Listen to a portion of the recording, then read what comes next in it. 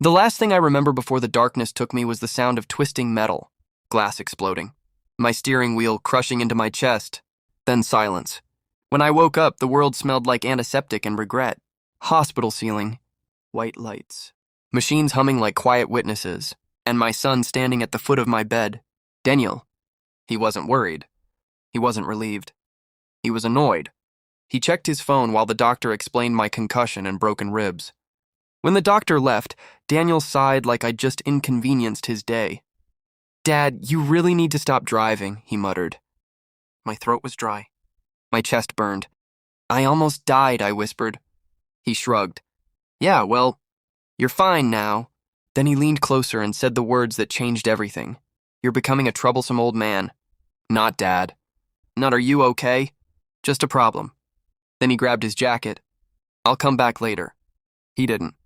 The door closed. His footsteps faded, and I lay there alone, staring at the ceiling, feeling something colder than pain settle into my bones. Betrayal. Daniel wasn't always like that. When he was 6, he used to fall asleep on my chest while we watched cartoons. When he was 12, he cried in my arms the day his mother left us. When he was 20, I sold half my savings to help him start his business. I believed in him, more than he believed in himself. My house became collateral for his first loan. My retirement paid his debts. Every sacrifice felt worth it when he hugged me and said, "I'll take care of you one day, Dad." Funny how promises age faster than people. The changes started quietly. Missed calls, short conversations, visits that lasted 5 minutes. Then the real signs appeared. One afternoon, I overheard him arguing with someone on the phone in my kitchen. "I just need him to sell the house," Daniel said. "Then everything's solved." I froze in the hallway. Sell the house? The house his mother and I built. The house where he took his first steps. The house that had become the last piece of my life. I didn't confront him that day. Instead, I watched, listened, waited, and the truth slowly crawled out of the shadows. Daniel wasn't struggling financially. He was drowning. Bad investments, hidden loans, dangerous partners. And the solution he'd found was simple. Sell my house. Take the money. Leave me with nothing. Some fathers would scream. Some would beg. I did neither. I started planning. Quietly, carefully. The accident simply accelerated everything. Lying in that hospital bed, ribs cracked and lungs aching, I realized something. Daniel thought I was weak, old, helpless. Good. Let him believe that. Day 2 in the hospital, I called my lawyer. Day 3, I called my bank. Day 4, I signed the final documents. Every move precise, every detail deliberate.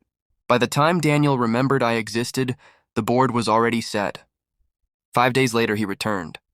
Not with flowers, not with concern, with a folder. The nurse later told me he walked into my room already talking. "Dad, listen.